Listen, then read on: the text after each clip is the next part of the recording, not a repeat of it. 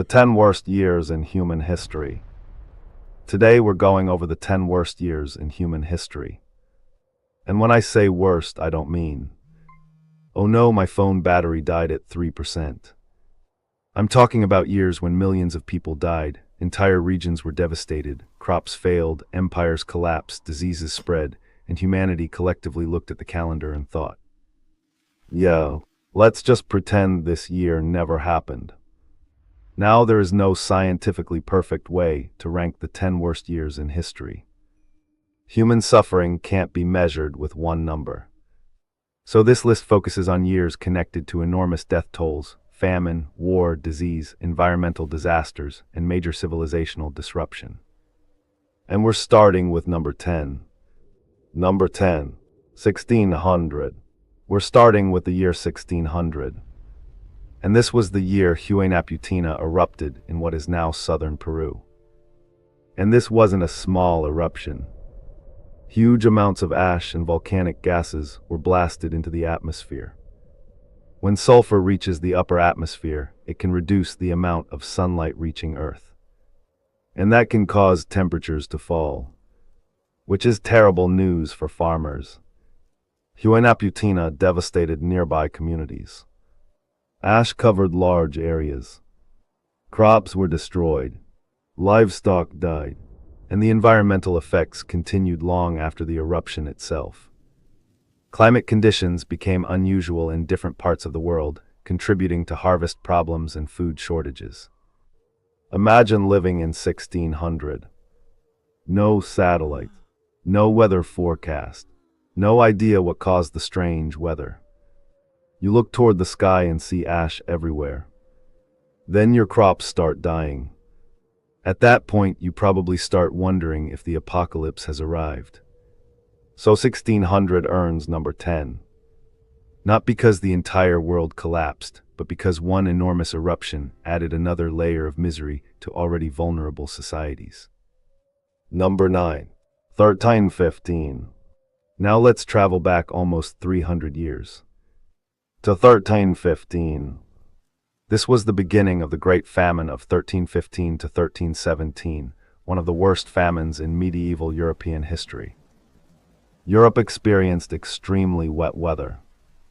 Heavy rain damaged fields. Crops failed, grain production collapsed, and food prices exploded.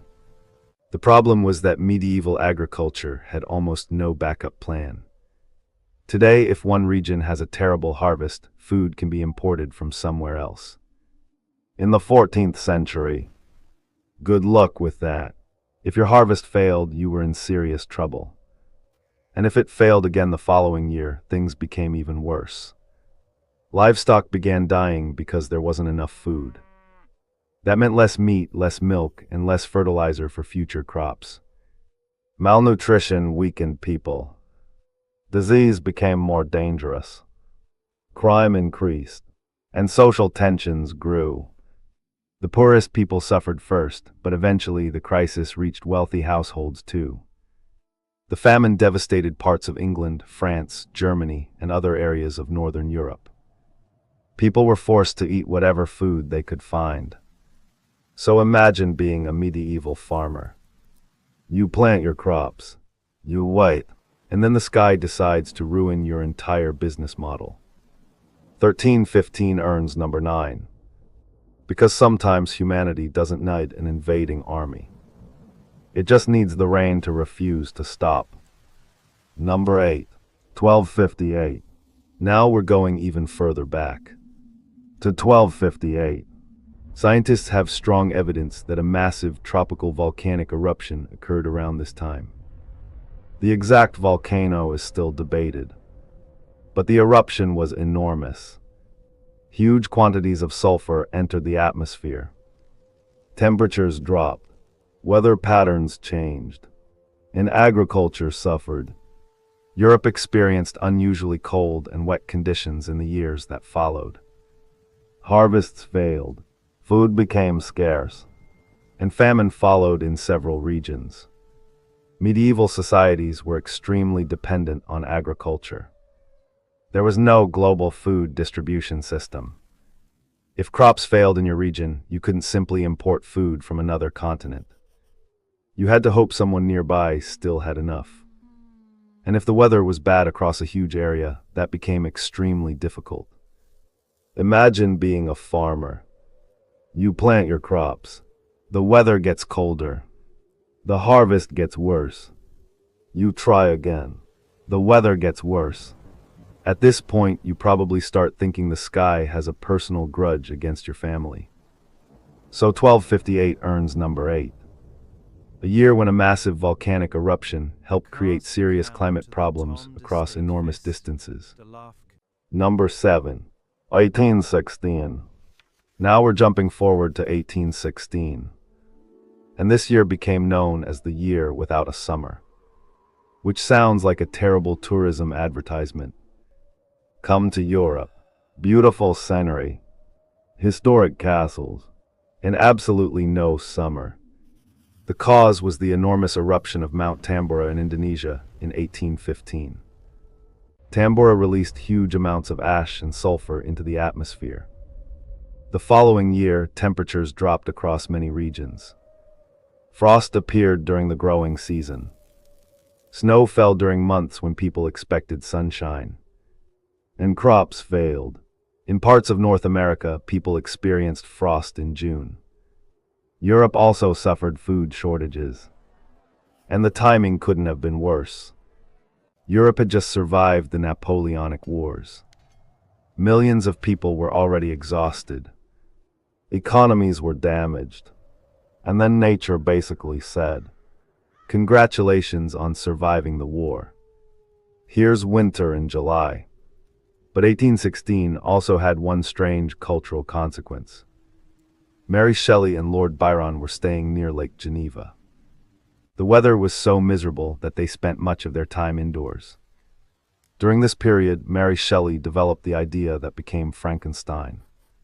So one of the world's most famous horror stories was partly inspired by humanity having an absolutely terrible summer. 1816 therefore gets number 7. The year when summer basically forgot to show up.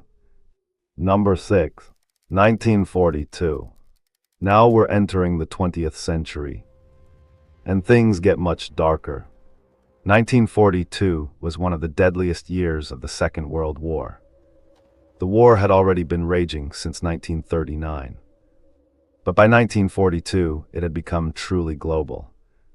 Nazi Germany controlled much of continental Europe. Japan controlled enormous territories across Asia and the Pacific. The Soviet Union was fighting Germany. And millions of civilians were trapped in occupied territories. This was also one of the darkest periods of the Holocaust.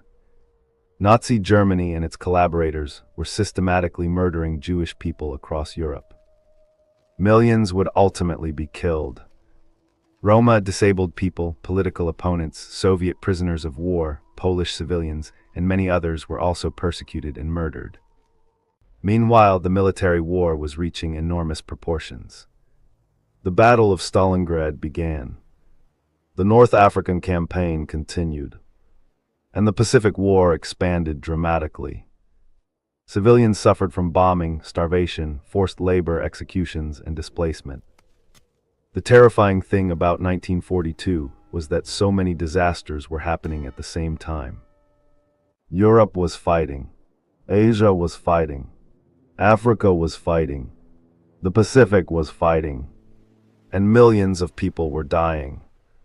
Humanity had taken the technological progress of the industrial age and used much of it to become far more efficient at killing each other. 1942 earns number 6. One of the darkest years of the deadliest conflict in human history. Number 5. 1918. Now we move to 1918. And this year combined two catastrophes that would have been devastating individually. World War I. And a global pandemic. The war had already killed millions since 1914. Then a deadly influenza pandemic spread around the world. It became known as the Spanish flu, although Spain wasn't responsible for causing it. The virus spread incredibly quickly. and unusually large numbers of young adults died alongside children and elderly people. The exact death toll is uncertain, but historians generally believe tens of millions died. Many estimates place the total around 50 million or more. Hospitals were overwhelmed. Doctors and nurses became sick. Schools closed. Businesses closed. And some communities didn't even have enough healthy people left to perform essential jobs. And remember, World War I was still happening. Millions of soldiers were living in crowded camps. Military ships and troop trains transported people around the world. The war had accidentally created a perfect transportation system for a deadly virus. Imagine surviving years of trench warfare. You survive artillery, machine guns, gas attacks, enemy soldiers, and then you come home, only to discover that a microscopic organism has entered the battlefield. And this enemy doesn't care which uniform you're wearing. 1918 therefore earns number 5, because humanity was already fighting its largest war ever. And then a microscopic enemy joined the fight. Number 4, 1348. Now we arrive at one of the most terrifying years of the Middle Ages. 1348. This was the year the Black Death spread rapidly through much of Europe. The plague had reached Europe in 1347. But by 1348, it was devastating enormous numbers of communities. The disease was caused by Yersinia pestis. It could spread through flies associated with rodents. Once plague entered a community, the results could be horrifying. People developed fever, weakness, and painful swollen lymph nodes. And death could come very quickly. There were no antibiotics. Doctors didn't understand bacteria. And there was almost no effective treatment. Some communities lost huge portions of their populations. The Black Death eventually killed tens of millions of people. Historians estimate that roughly 1/3 to 1/2 of Europe's population may have died. Imagine a village with 1,000 people. Then the disease arrives. 100 become sick. Then 200. Then 500. Eventually, there may not even be enough healthy people left to bury the dead. Farmers died. Merchants died. Priests died. Doctors died. Government officials died. The people who were supposed to keep society functioning were being killed too. And because nobody understood germs, people searched desperately for explanations. Some blamed foreigners. Some blamed religious minorities. And this led to horrific persecution. The Black Death wasn't just a medical disaster. It was a social and economic catastrophe. Labor became more valuable. Trade was disrupted. Villages were abandoned. Families disappeared. And European society was permanently transformed. 1348 earns number 4. Because this wasn't simply an epidemic. It was a demographic earthquake. Number 3, 1520. Now we reach a year that is sometimes forgotten when people discuss the greatest disasters in history. 1520. This was the period when epidemic disease began devastating indigenous populations in the Americas during the Spanish conquest. Smallpox spread through populations that had little previous exposure to Eurasian diseases. In central Mexico, the disease spread during the Spanish invasion of the Aztec Empire. The epidemic killed enormous numbers of people, including Cuitlahuac, the Aztec ruler who succeeded Moctezuma. The disease arrived at an incredibly important moment. The Aztec Empire was already fighting the Spanish invaders and their indigenous allies. Then smallpox began spreading. The Spanish conquest was not simply a small group of Europeans defeating millions of people through military power alone. Indigenous alliances and rivalries played a major role. But epidemic disease was another enormous factor. The peoples of the Americas had developed separately from Eurasia for thousands of years. That meant they had different histories of exposure to infectious diseases. When diseases such as smallpox arrived, the consequences could be catastrophic. And this was only the beginning. Over the following decades, smallpox, measles, influenza, and other diseases spread throughout the Americas. Population losses were enormous. The exact numbers remain debated. But there is no serious doubt that epidemic disease caused catastrophic mortality among indigenous populations. The terrifying part is that the people carrying these diseases often didn't understand what they were carrying. Nobody was sitting on a Spanish ship thinking, "Excellent. Today I shall unleash smallpox upon the Americas." They were carrying invisible biological threats without even knowing it. 1520 earns number 3. Because it marks a crucial moment in one of the greatest demographic catastrophes in human history. Number 2, 541. Now we're getting very close to number 1. And number 2 is 541. The beginning of the Justinianic plague. The disease appeared in the Mediterranean world around 541 and spread through enormous parts of the Byzantine Empire and beyond. Again, the culprit was Yersinia pestis, the same bacterium associated with the Black Death centuries later. The plague reached Constantinople, one of the largest cities in the world at the time. People became sick. People died. Bodies accumulated. And the government struggled to manage the disaster. The historian Procopius described the catastrophe in terrifying detail. And the pandemic didn't simply disappear. It returned in waves over subsequent decades. The timing was disastrous for the Byzantine Empire. Emperor Justinian wanted to restore the former Roman Empire. His armies had already conquered North Africa. They were fighting in Italy. The empire appeared to be expanding. Then plague arrived. Population declined. Tax revenues were affected. Agriculture suffered. Trade was disrupted. Military recruitment became more difficult. The exact death toll remains heavily debated. But there is little doubt that the pandemic was devastating. Justinian was trying to rebuild the Roman world. And nature basically responded. Nice empire you've got there. Would be a shame if something happened to it. 541 earns number 2. But now we reach the year that has become almost legendary as one of the worst years to be alive. Number 1, 536. Welcome to number 1, 536. The year that looked like Earth itself had decided to turn the lights off. The evidence that something extraordinary happened around 536 is strong. The Northern Hemisphere experienced a major period of cooling.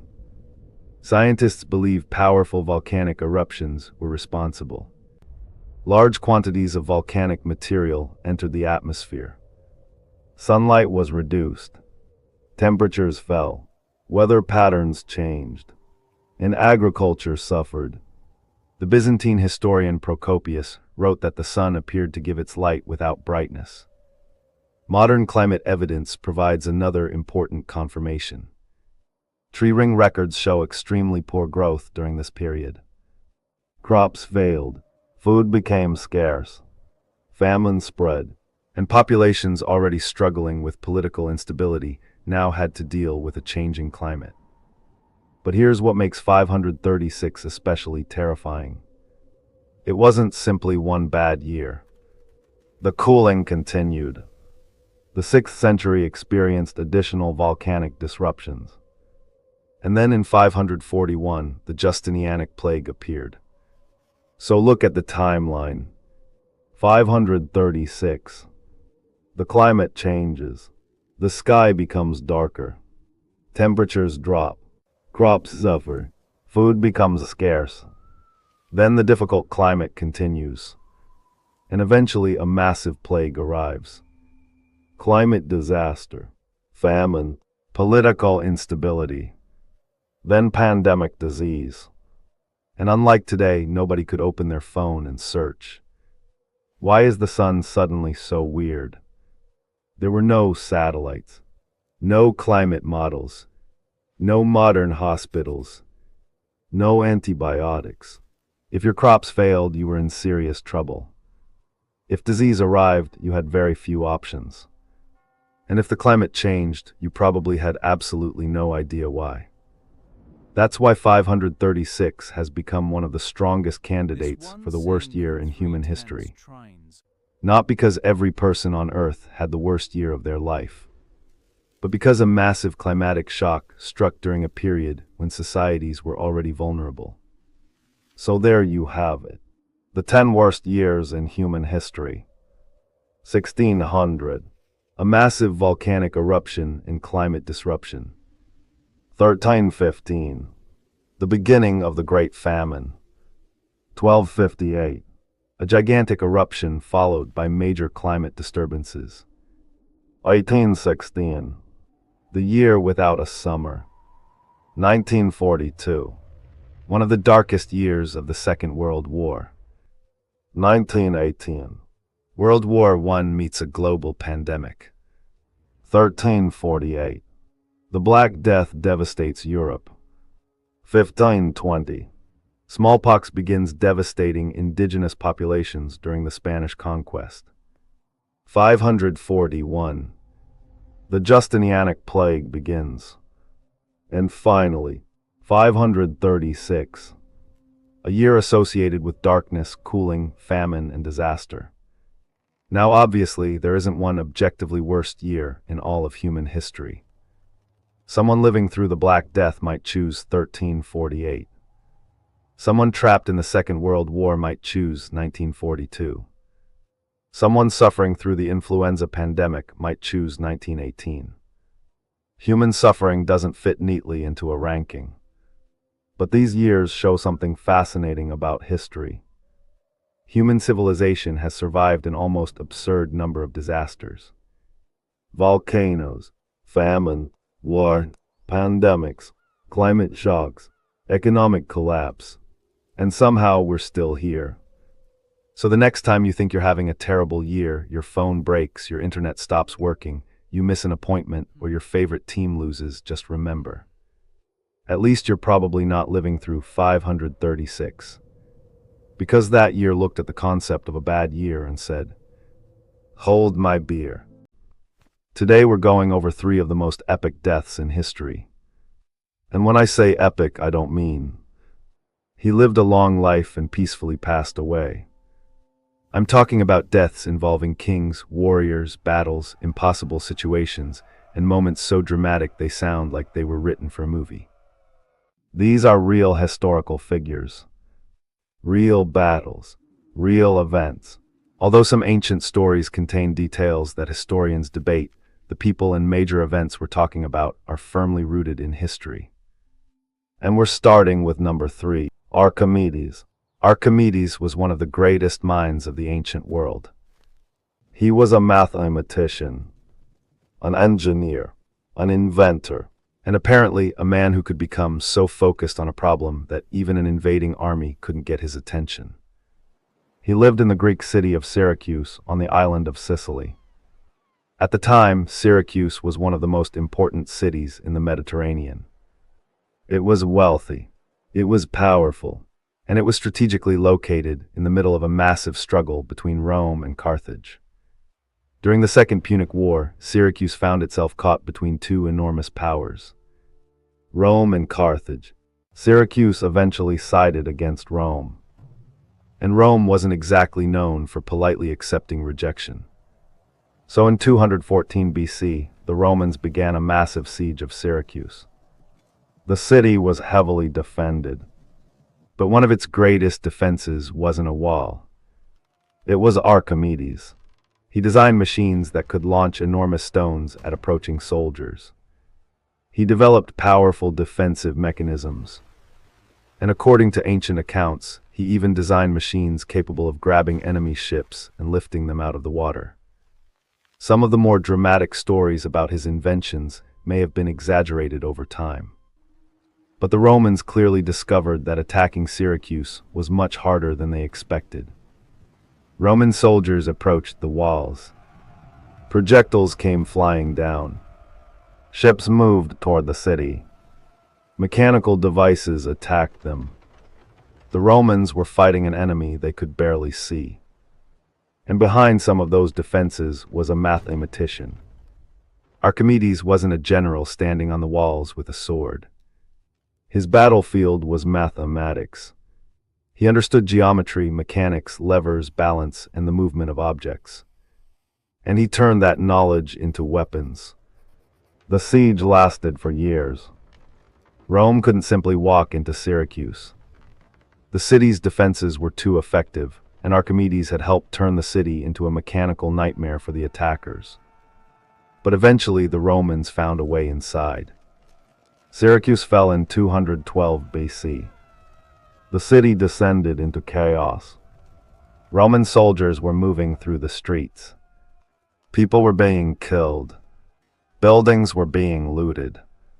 And somewhere inside all of this chaos was Archimedes. According to the ancient historian Plutarch, Archimedes was sitting in the middle of his work. He had drawn geometric figures in the sand. He was completely focused on a mathematical problem. The city around him had essentially collapsed. But Archimedes was still working. A Roman soldier approached him and ordered him to come with him. But Archimedes apparently refused. His attention was on the figures in front of him. He reportedly said, "Do not disturb my circles." The soldier wasn't impressed. Archimedes still didn't move.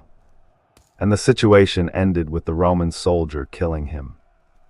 The exact details are uncertain. Other ancient accounts give different versions of his final moments. Some say he was carrying mathematical instruments.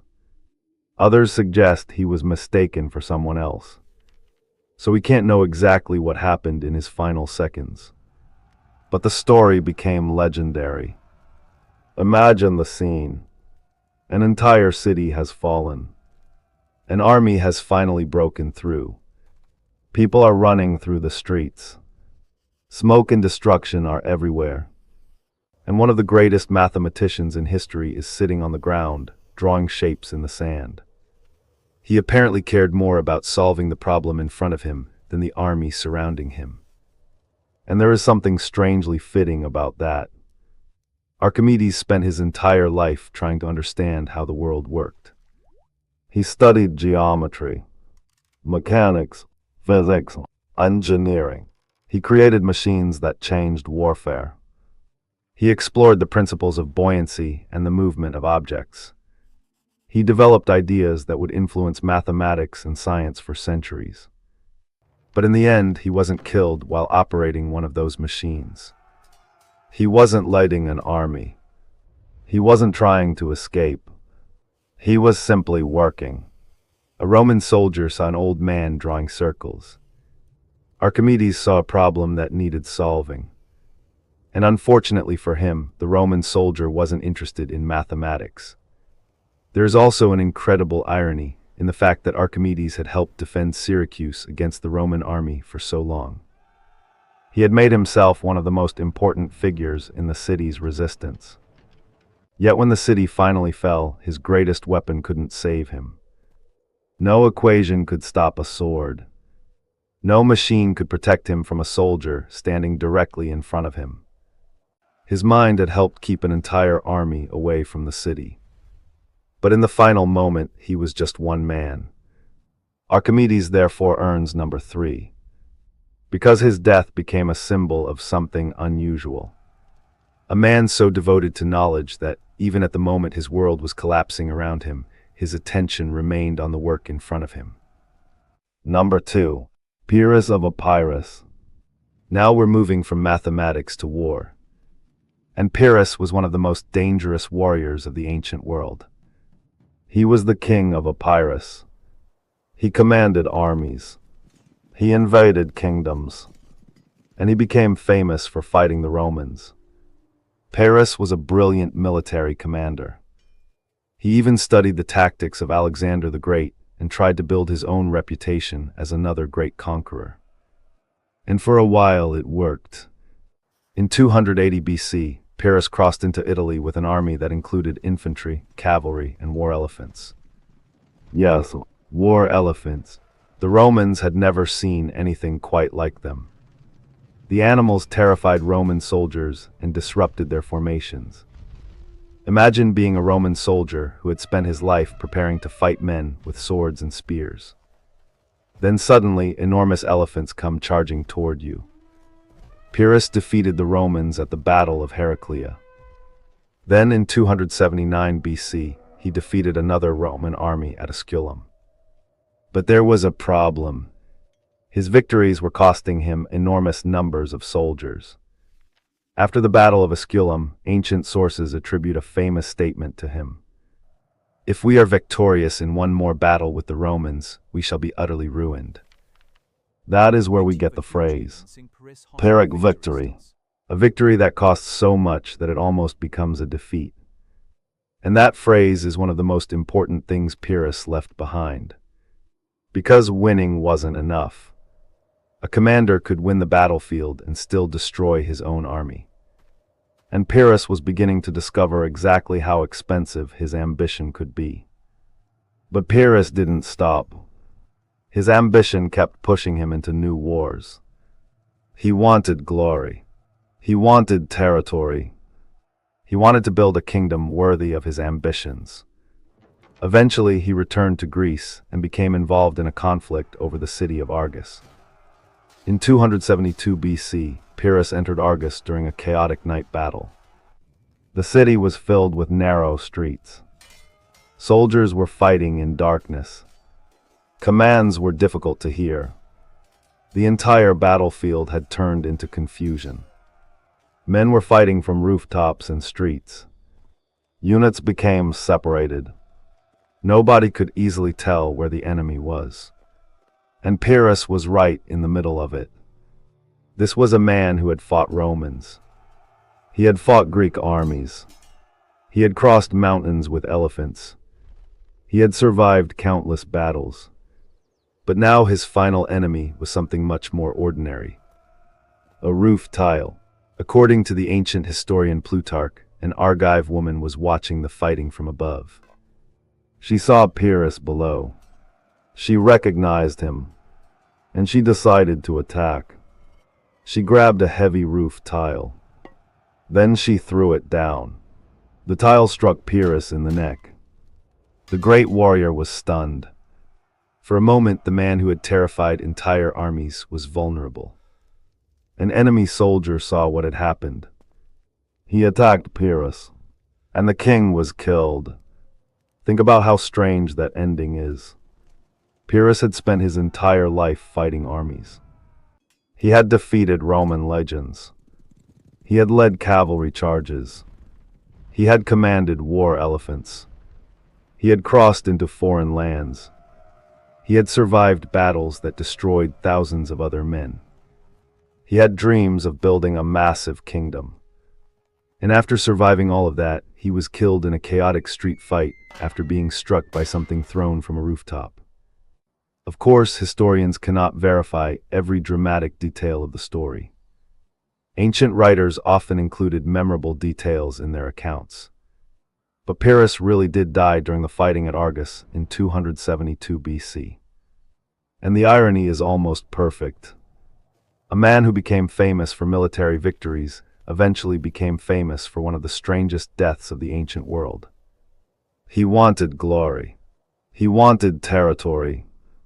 He wanted to become one of the greatest conquerors of his age. Instead, history remembered him for something else. A Pyrrhic victory. And a roof tile. There's also something almost poetic about his death. Pyrrhus spent his life trying to control events. He studied warfare. He planned campaigns. He moved armies across countries. He calculated when to attack and when to retreat. But his final moment wasn't decided by a brilliant military maneuver. It was chaos. A piece of tile came from above. One unpredictable moment changed everything. And that is often how history works. The people who seem almost impossible to defeat can sometimes be brought down by the smallest and most unexpected events. Paris therefore earns number 2. Because if you're going to spend your entire life fighting armies, you'd probably expect your final moment to be slightly more dignified. Number 1. Harald Hardrada. Now we reach one of the most spectacular deaths of the Viking Age. Harald Hardrada was the king of Norway. And his life sounds almost too incredible to be real. He wasn't simply a king who inherited a throne. He was a warrior, a commander, a traveler, a mercenary, and eventually one of the most powerful men in Scandinavia. As a young man, Harald fought in Norway. After losing a battle, he fled the country. But instead of disappearing into history, he traveled across Europe and eventually reached the Byzantine Empire. There he served in the famous Varangian Guard. The Varangian Guard was an elite military force that protected the Byzantine emperor. Harald fought in campaigns across distant lands and gained enormous military experience. He also became extremely wealthy and experienced. Eventually, Harald returned to Scandinavia. He became king of Norway. But even being king wasn't enough. He wanted England. And in 1066, England was vulnerable. King Edward the Confessor had died. Harold Godwinson became king. But several men believed they had a claim to the English throne. One of them was Harald Hardrada. So Harold gathered an enormous army. He sailed across the North Sea and invaded England. In September 1066, Harold's forces defeated an English army at the Battle of Fulford near York. Things were looking extremely good for him. He had landed in England. He had defeated the English. York was under threat, and it seemed possible that Harold might actually become King of England. But then something happened that changed everything. King Harold Godwinson reacted incredibly quickly. He gathered his army in southern England. Then he marched north, hundreds of kilometers. His soldiers had to travel enormous distances to confront the Norwegian invasion. This was an exhausting march. But Harold understood that he couldn't give Harold time to strengthen his position. Harald Hardrada wasn't expecting the English army to arrive so quickly. On September 25, 1066, the two armies met at Stamford Bridge. The battle became one of the most famous clashes in English history. The Norwegian army had been caught off guard. Many soldiers were not wearing their full armor. But Harold wasn't hiding. He was at the front of the battle. He was fighting alongside his men. According to later accounts, Harold fought with extraordinary ferocity. The battle itself was brutal. The English army had marched a huge distance to get there, and now thousands of soldiers were fighting at close range. The Norwegian invasion had gone from looking like a possible conquest of England to a desperate struggle for survival. And then during the chaos, an arrow struck Harold in the throat. Harald Hardrada fell. The Viking king was dead. His army continued fighting. But without their commander, the invasion began to collapse. The English eventually defeated the Norwegian army. Harold's dream of conquering England was over. But the story of 1066 wasn't finished. Because King Harold Godwinson had just defeated one invasion. Another was coming. Across the English Channel, William, Duke of Normandy, had gathered his own army. And William invaded England shortly afterward. Harold now had to do something almost unbelievable. He had to march his exhausted army south again. The same king who had just fought and defeated Harald Hardrada now had to fight another invading army. On October 14, 1066, the English and Norman armies met at the Battle of Hastings. Harold was defeated. William became King of England. And England's history changed forever. So look at what happened in just a few weeks. Harald Hardrada invaded England. He defeated an English army. He marched toward York. Harold Godwinson rushed north. Harold was killed at Stamford Bridge. Harold then marched south. William invaded. Harold was killed at Hastings. And William conquered England. All of this happened in the same year. 1066.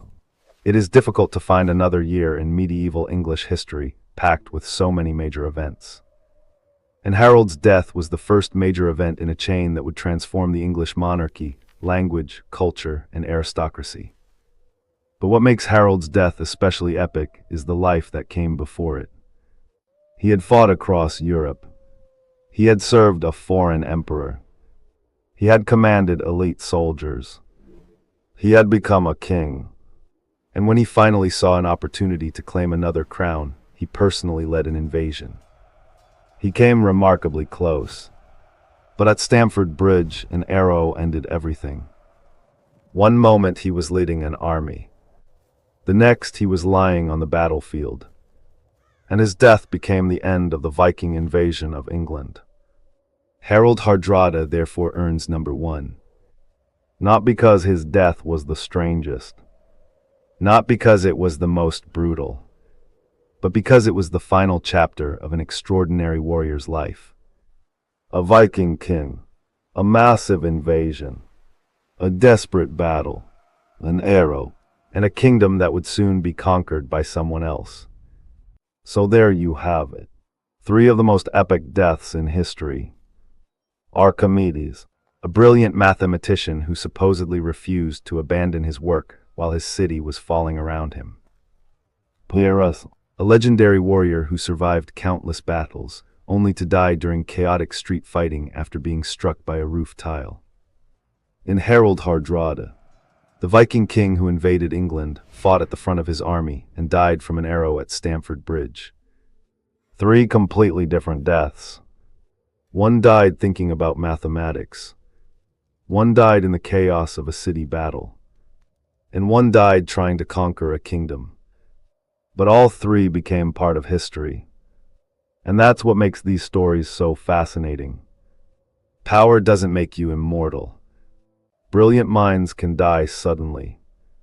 Great warriors can fall in unexpected ways. And even kings can lose everything in a single moment. Their lives ended hundreds or even thousands of years ago.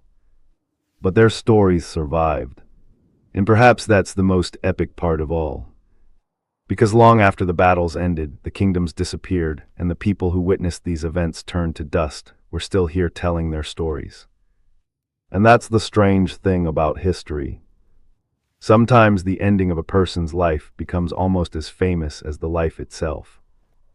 Archimedes is remembered not only for the discoveries he made, but for the image of a mathematician refusing to leave his circles. Pyrrhus is remembered not only for his victories, but for the phrase his victories created and the bizarre circumstances of his final battle. And Harold Hardrada is remembered not only as a Viking king, but as the man whose invasion of England ended dramatically at Stamford Bridge.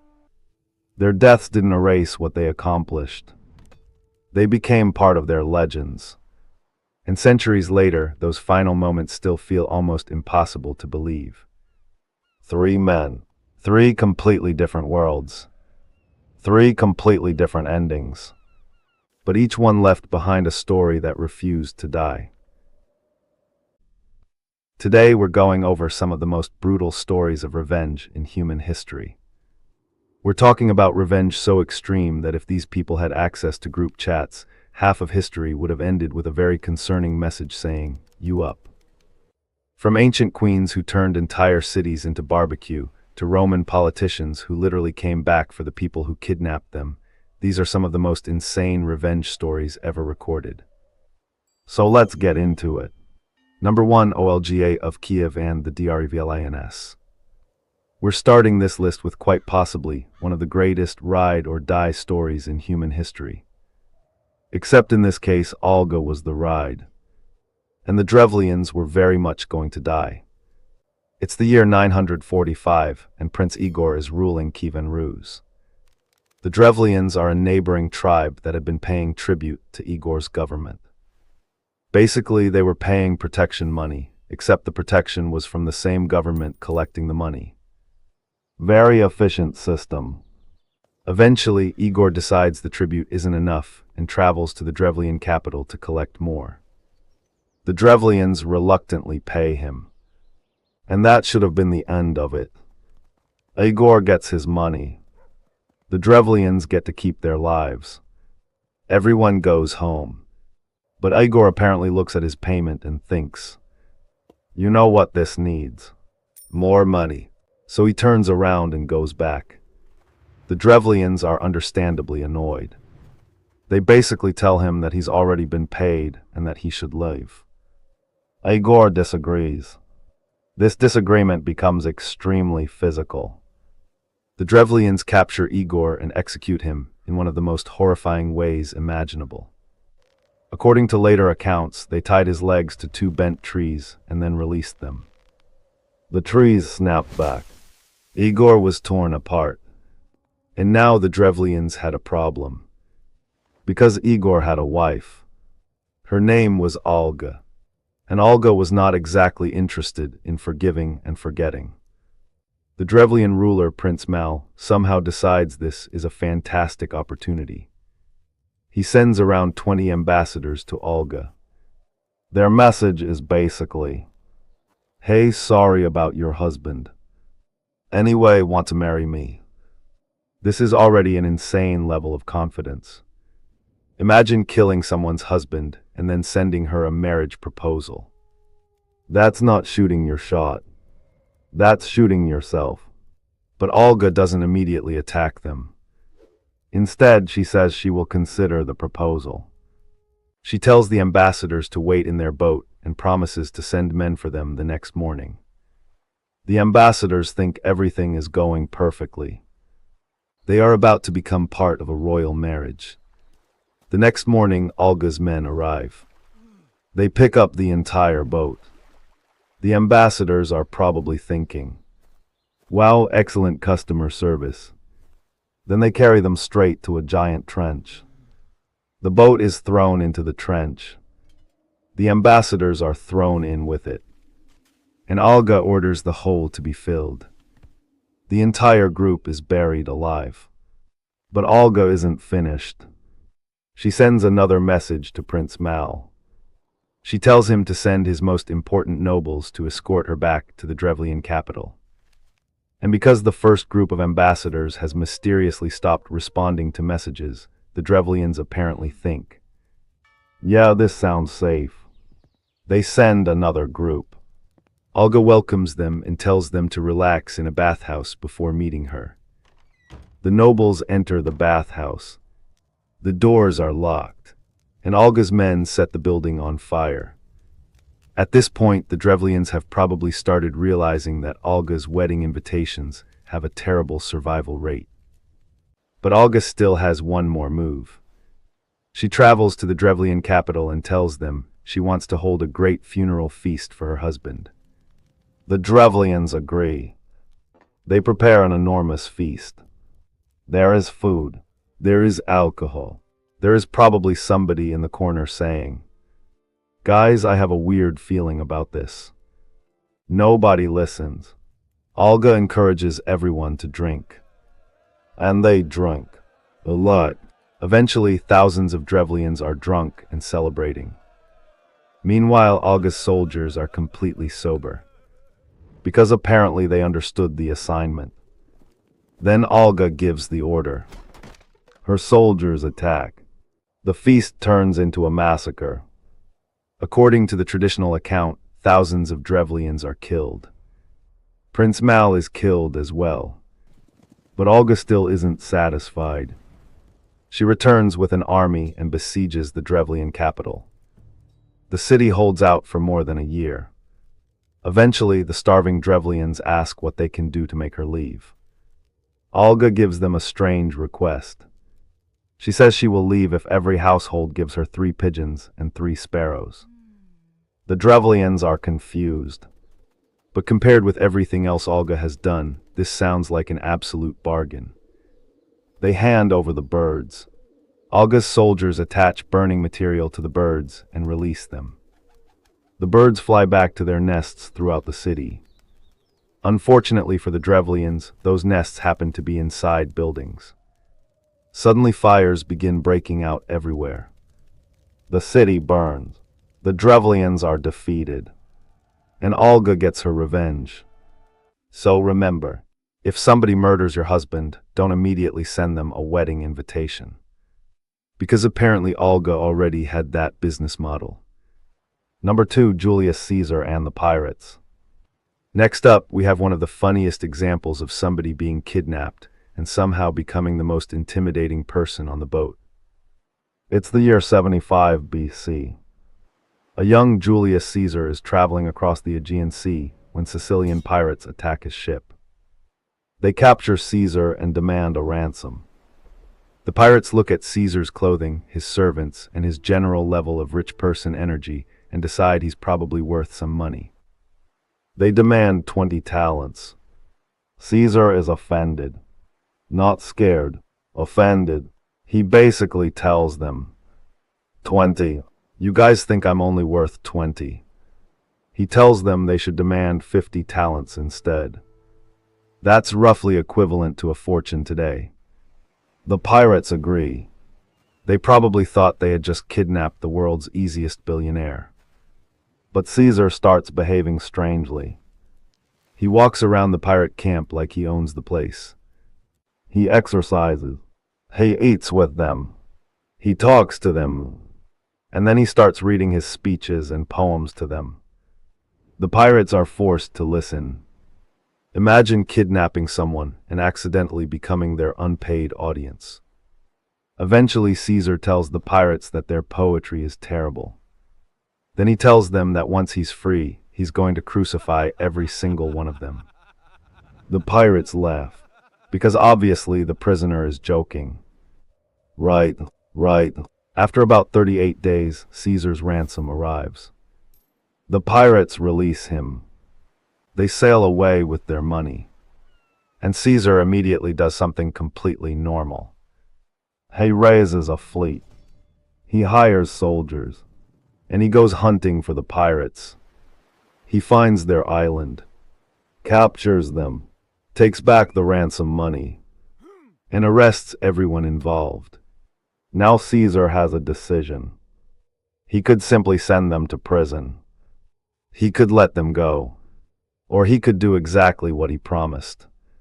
The pirates are crucified. There is, however, one tiny act of mercy. According to the ancient account, Caesar had their throats cut first so they wouldn't suffer as long on the cross. Which is probably the closest thing to a customer satisfaction policy you'll ever see in ancient Rome. The pirates thought they had kidnapped a rich young man. Instead, they accidentally kidnapped the future dictator of Rome. Worst vacation ever. Number 3, the 47 Ronin. Now we move to Japan. And this story is less about one person getting revenge and more about 47 men spending 2 years pretending they didn't care. Which is honestly terrifying. The story begins in 1701. A Japanese lord named Asano Naganori is ordered to serve at the shogun's court. One of the officials responsible for teaching him court etiquette is a man named Kira Yashinaka. Kira is supposedly arrogant, demanding, and extremely unpleasant. And according to the traditional story, Asano doesn't exactly enjoy being around him.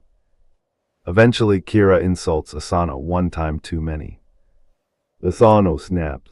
Inside Edo Castle, he draws a sword and attacks Kira. He manages to cut Kira but doesn't kill him. Asano is arrested. And because drawing a weapon inside the shogun's palace is a very serious offense, Asano is ordered to commit seppuku. His lands are confiscated. His household is destroyed. And his samurai become masterless. These men are now known as Ronin. Meanwhile, Kira receives no equivalent punishment. The surviving followers of Asano are furious. But they can't just attack Kira. They would be hunted down immediately. So they wait, and wait, And wait, for 2 years. During those 2 years, they deliberately make everyone believe they have forgotten about revenge. Some take ordinary jobs. Others disappear. Their leader, Oishi Kuronasuk, behaves especially badly. He drinks heavily. He visits brothels. He separates from his family. People watching him probably think, well, that guy really fell apart. That was the point. Kira hears about Oishi's behavior and becomes convinced the threat is gone. He reduces his security. And that's exactly what the Ronin were waiting for. On January 30, 1703, 47 of Asano's former samurai gather in Edo. They surround Kira's residence. This isn't some angry mob. They have planned this for years. They attack from multiple directions. Archers guard the exits. The guards inside fight back. But the Ronin are experienced warriors. They push through the house. Eventually they find Kira hiding. Oishi recognizes him by the scar left by Asano 2 years earlier. The Ronin capture him. They offer Kira the chance to die honorably through seppuku. He refuses, so the Ronin execute him. They then carry Kira's head to Asano's grave. They tell their fallen master that his death has been avenged. And then they surrender themselves to the authorities. The shogunate eventually orders the 47 Ronin to commit seppuku. They obey. Their story becomes legendary.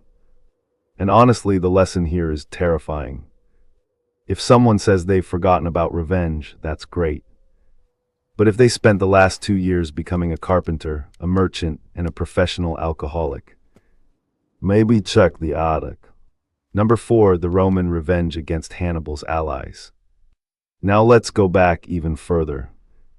Rome and Carthage spent years trying to destroy each other. And one of Rome's greatest enemies was Hannibal. You know, the guy who crossed the Alps with elephants. Because apparently regular armies weren't dramatic enough. During the Second Punic War, Hannibal's army destroyed Roman forces across Italy. Rome eventually turned the war around. But revenge didn't stop when Hannibal was defeated. Rome became extremely interested in making sure its former enemies understood exactly who had won. One of the most brutal examples came with the city of Carthage itself. After years of conflict, Rome and Carthage eventually entered another war in 149 BC. The Romans demanded the Carthaginians surrender their weapons. They did. Then Rome made another demand. The Carthaginians had to abandon their city and move inland. At that point, the Carthaginians basically realized, wait a minute, you weren't negotiating. You were just giving us a countdown. The Carthaginians refused. They rebuilt weapons in secret. Men who had never been soldiers began making weapons. Women reportedly contributed their own hair for bowstrings. The city prepared for war. Rome attacked. The siege lasted 3 years. Eventually, Roman troops broke through. The fighting became brutal street by street. The Carthaginians were defeated. The city was destroyed, and thousands of survivors were sold into slavery. Carthage had once been one of the most powerful cities in the Mediterranean. Now it was gone. Rome had won, and the Mediterranean had just learned the Roman version of. Never let me catch you doing that again. Number 5, Vlad, the Impaler, and the Ottomans. Finally, we have Vlad III of Wallachia. You may know him by another name, Vlad the Impaler. And yes, the nickname is exactly as pleasant as it sounds. Vlad ruled Wallachia during a period when the region was caught between powerful enemies, including the Ottoman Empire. Vlad was known for using brutal punishments against people he considered enemies, criminals, or traitors. His favorite method was impalement, which is basically exactly what it sounds like. People were placed on large wooden stakes, And Vlad used this punishment on a scale so extreme that his reputation became legendary. One of the most famous stories comes from Vlad's conflict with Sultan Mehmed II. The Ottoman army invaded Wallachia with a massive force. Vlad knew he couldn't defeat such a huge army in a conventional battle. So he used psychological warfare. He attacked Ottoman supply lines. He ambushed soldiers. He destroyed food. He burned villages so the invading army couldn't use them. And then came the truly terrifying part. As the Ottoman army advanced toward Vlad's capital, they reportedly encountered a forest of impaled bodies. Thousands of stakes. Thousands of dead. The sight was so horrifying that even the Ottoman soldiers were shaken. The story says Sultan Mehmed himself saw the scene and realized that conquering Wallachia would be far more difficult than expected. Because imagine marching hundreds of miles with an enormous army and then arriving at your destination only to discover that the enemy has basically decorated the entire landscape with your dead soldiers. That's not a battlefield. That's a warning label. Vlad's brutality became legendary. Eventually, however, he was defeated and killed. His exact death remains surrounded by uncertainty. But his reputation survived for centuries. And centuries later, Western literature transformed Vlad into the inspiration for one of fiction's most famous monsters, Dracula. So Vlad wanted people to fear him. Mission accomplished. He just probably didn't expect the marketing department to turn him into a vampire.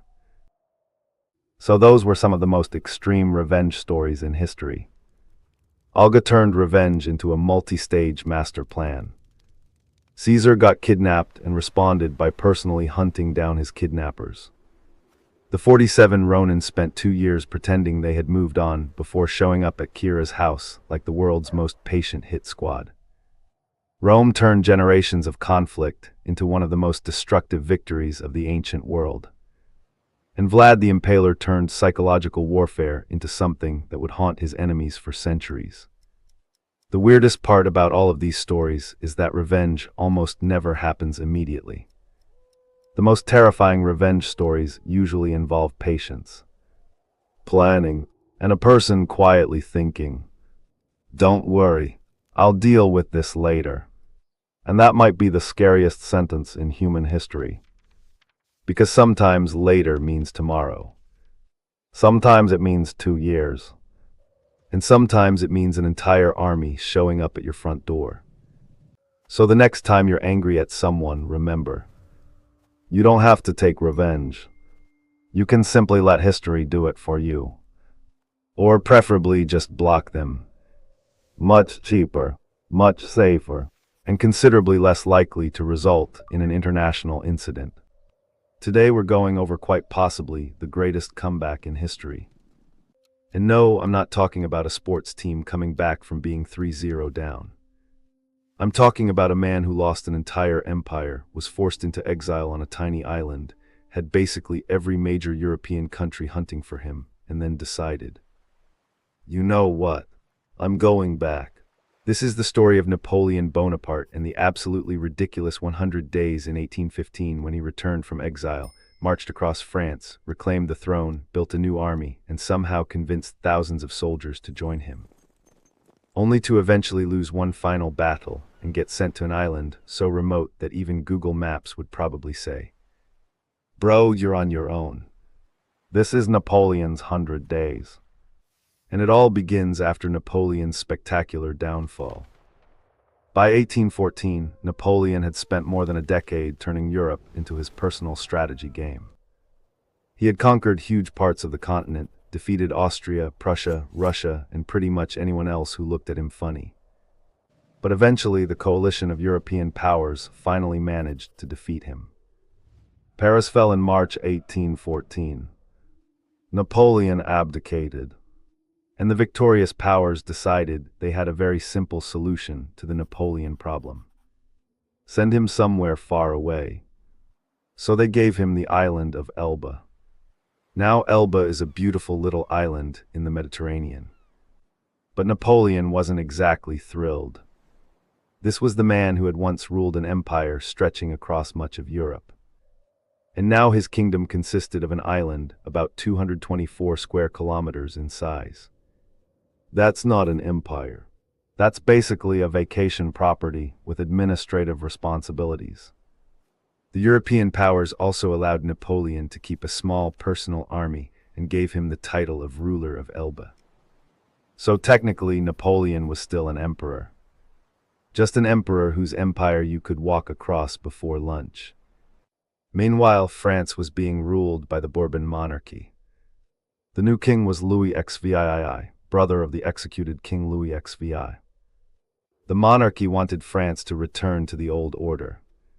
But there was a problem. A very large number of French soldiers and civilians had spent years living under Napoleon. And they weren't necessarily thrilled about the new government. Napoleon had given soldiers medals, promotions, glory, and a sense that France was the greatest military power on earth. Now many veterans were being pushed aside. The army was being reorganized. The government was unpopular. And Napoleon, sitting on Elba, was paying very close attention. Because while everyone else thought Napoleon's story was over, Napoleon apparently hadn't read the ending. He had also learned something important. The European powers were arguing among themselves. At the Congress of Vienna, representatives from across Europe were trying to redraw the map after Napoleon's wars. Britain wanted balance. Austria wanted influence. Russia wanted territory. Prussia wanted territory. France wanted not to get bullied. And everyone wanted to make sure Napoleon stayed on Elba. But there was one little problem. They had underestimated Napoleon's ability to cause problems. On February 26, 1815, Napoleon made his move. He secretly boarded ships with around 1,000 men and sailed away from Elba. Imagine being one of his soldiers. Your boss says, "All right, boys, we're going back to France." And you're thinking, back to France? Yes. To do what? Take over. Take over what? France. From whom? The king. Which king? Louis. Is this legal? No. Do we have an army? Not really. Excellent. Let's go. Napoleon landed at Gulf Juan on March 1, 1815. He had returned to France, and the French government immediately panicked. Louis XVI sent troops to stop him. Napoleon's force was tiny compared with the French army. He should have been crushed. But then something extraordinary happened. The French soldiers sent to stop him began joining him. Napoleon marched north. At every stage, more soldiers defected. The government had ordered the army to arrest him. Instead, the army kept joining him. The French authorities had basically created an army to stop Napoleon, and accidentally delivered it to him. One of the most famous moments happened when Napoleon encountered troops commanded by Marshal Mitchell Ney. Ney had previously served Napoleon, but had pledged loyalty to Louis XVI. Ney had reportedly promised to bring Napoleon back in an iron cage, which sounds like something you'd say when you're extremely confident. But then Ney's soldiers confronted Napoleon. Napoleon stepped forward alone. He opened his coat and shouted something along the lines of, "Soldiers of the 5th Regiment, recognize your emperor. If any of you wish to kill your emperor, you may do so." And then he stood there. No guards, no giant speech, just Napoleon. The soldiers stared at him. And then they started shouting, "Vive l'Empereur," and joined him. So much for the iron cage. At this point, Napoleon's comeback was starting to look less like an invasion and more like a reunion tour. Except instead of selling concert tickets, he was taking over France. The government realized things were getting seriously bad. Louis XVI fled Paris. And on March 20, Napoleon entered the capital. He had been exiled for less than a year. And somehow he was back in the Tuileries Palace. The reaction was incredible. Napoleon had returned with barely a fight. His political enemies were terrified. His supporters were celebrating. And Europe was collectively staring at the map saying, "Wait, didn't we already deal with this guy?" Yes, they had, but apparently they hadn't dealt with him enough. Napoleon had now reclaimed power, and this period became known as the 100 Days. Although technically it lasted around 111 days from his return to Paris until his second abdication. But Napoleon's 100-ish days doesn't have quite the same ring to it. Now Napoleon had a much bigger problem. Europe. The major powers immediately declared that Napoleon was an enemy of peace and began preparing another coalition against him. Britain, Austria, Russia, and Prussia all started mobilizing armies. And Napoleon knew exactly what was coming. He couldn't wait for them to invade France. If the coalition armies united, France would be surrounded by enormous forces. So Napoleon came up with a plan. Attack first. His target was Belgium, where British and Allied forces under the Duke of Wellington were gathering, along with the Prussian army commanded by Gebhard von Blücher. Napoleon hoped to defeat the armies separately before they could combine. And this was classic Napoleon. Move quickly. Concentrate your forces. Destroy one enemy. Then turn around and destroy the other. Simple. Except this time there was one enormous difference. Napoleon wasn't the same man he had been 10 years earlier. He was older. His health wasn't as good. France had fewer resources. His army was less experienced. And his enemies had spent years learning how to fight him. Still, Napoleon raised an army of roughly 120,000 men and marched north. His first major objective was the Prussian army. On June 15, 1815, French forces crossed into Belgium. The campaign had begun, and Napoleon immediately started moving aggressively. The first major battle came at Quatre-Bras on June 16. French forces attempted to prevent Wellington's Allied army from concentrating. At the same time, Napoleon attacked the Prussians at Ligny. And at Ligny, Napoleon achieved his last major battlefield victory. The French army defeated Blücher's Prussians. Napoleon had done what he wanted. The Prussians were beaten, but they weren't destroyed. And this tiny distinction was about to become extremely important. Napoleon assumed the Prussians would retreat eastward. Instead, Blücher decided to move north and then west, toward Wellington.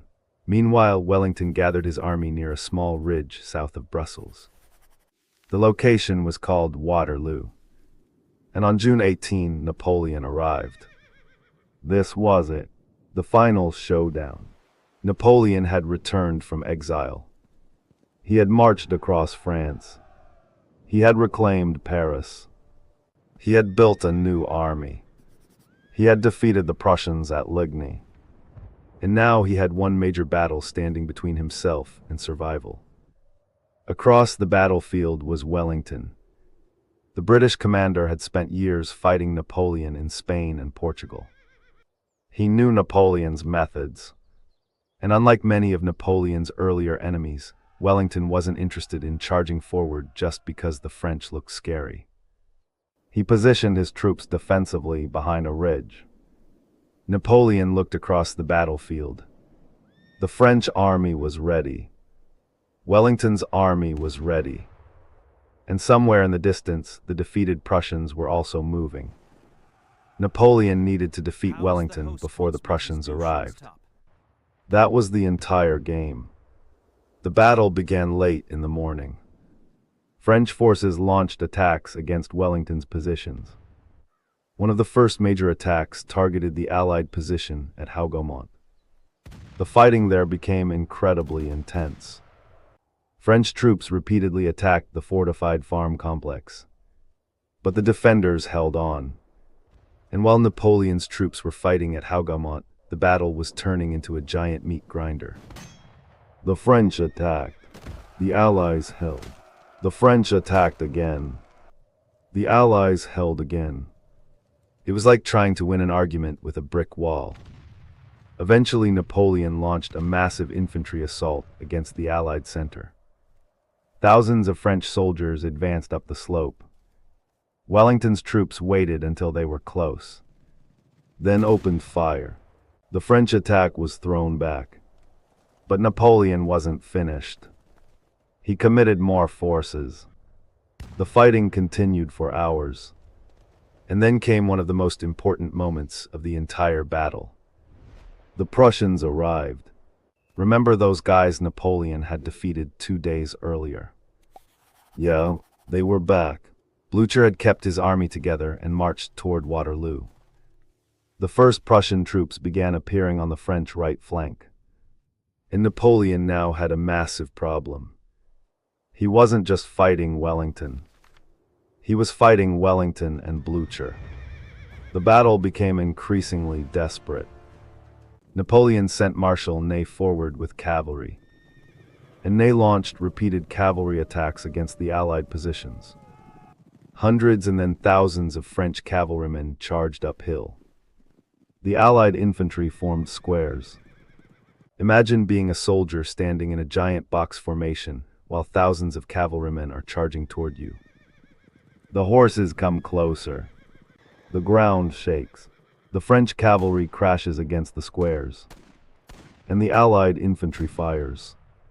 The cavalry pulls back, then charges again, and again, and again, but the Allied squares hold.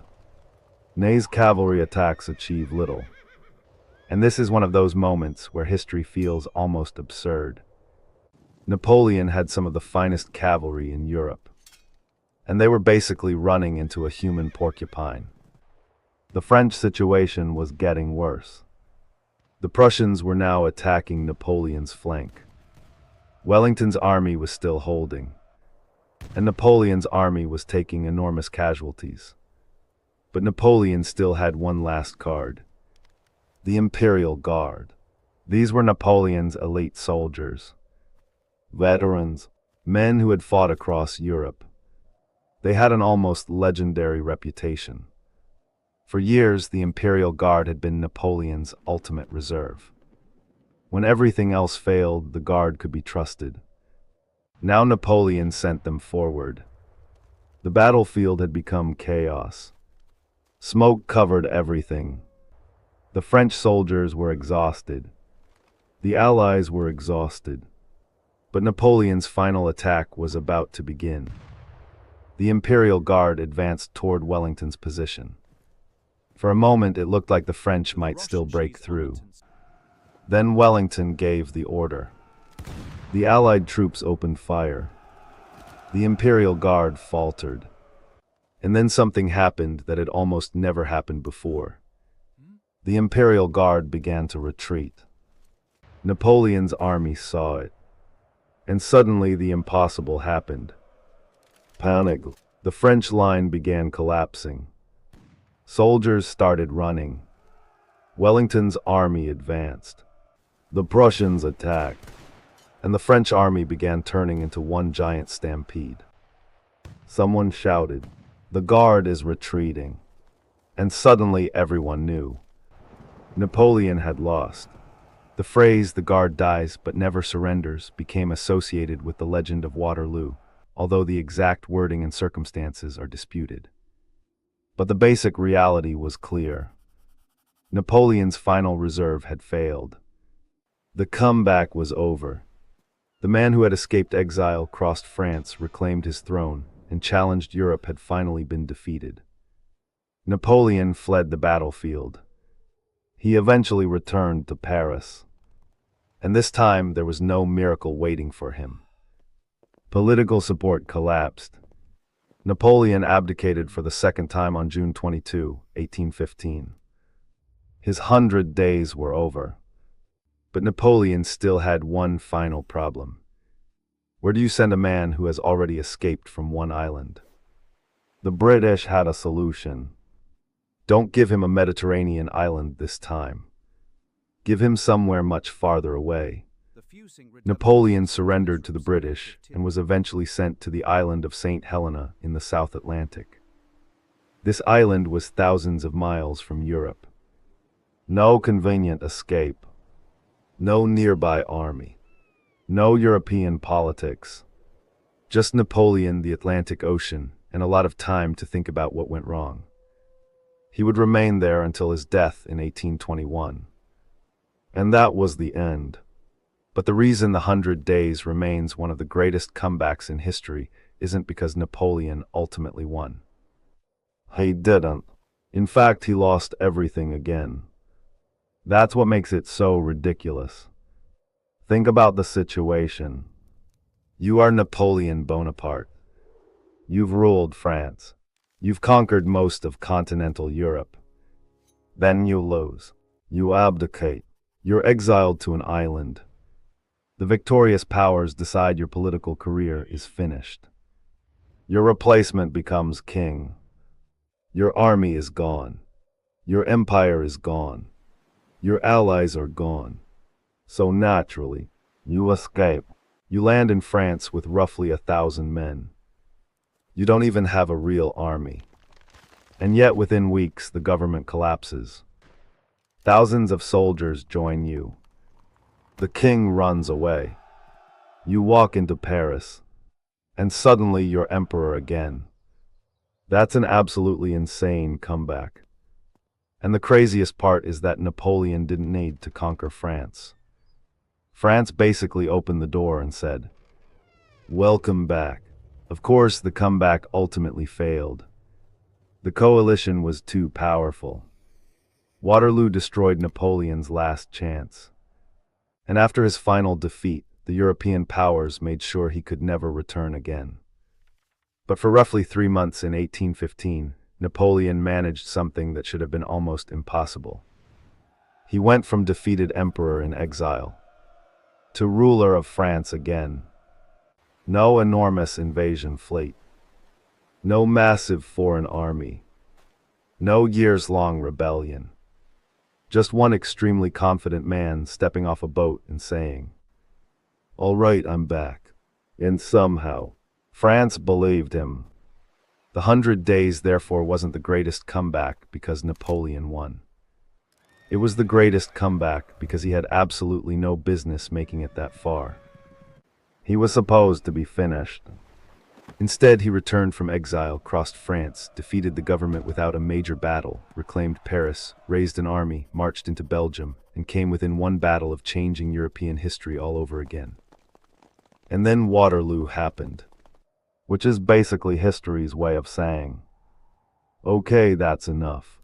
Napoleon's story had finally reached its real ending. But for those 100 days, Europe learned a very important lesson. If you exile Napoleon, maybe don't leave him somewhere with a boat, because apparently that guy only needed one. History isn't dead. It's waiting to be told.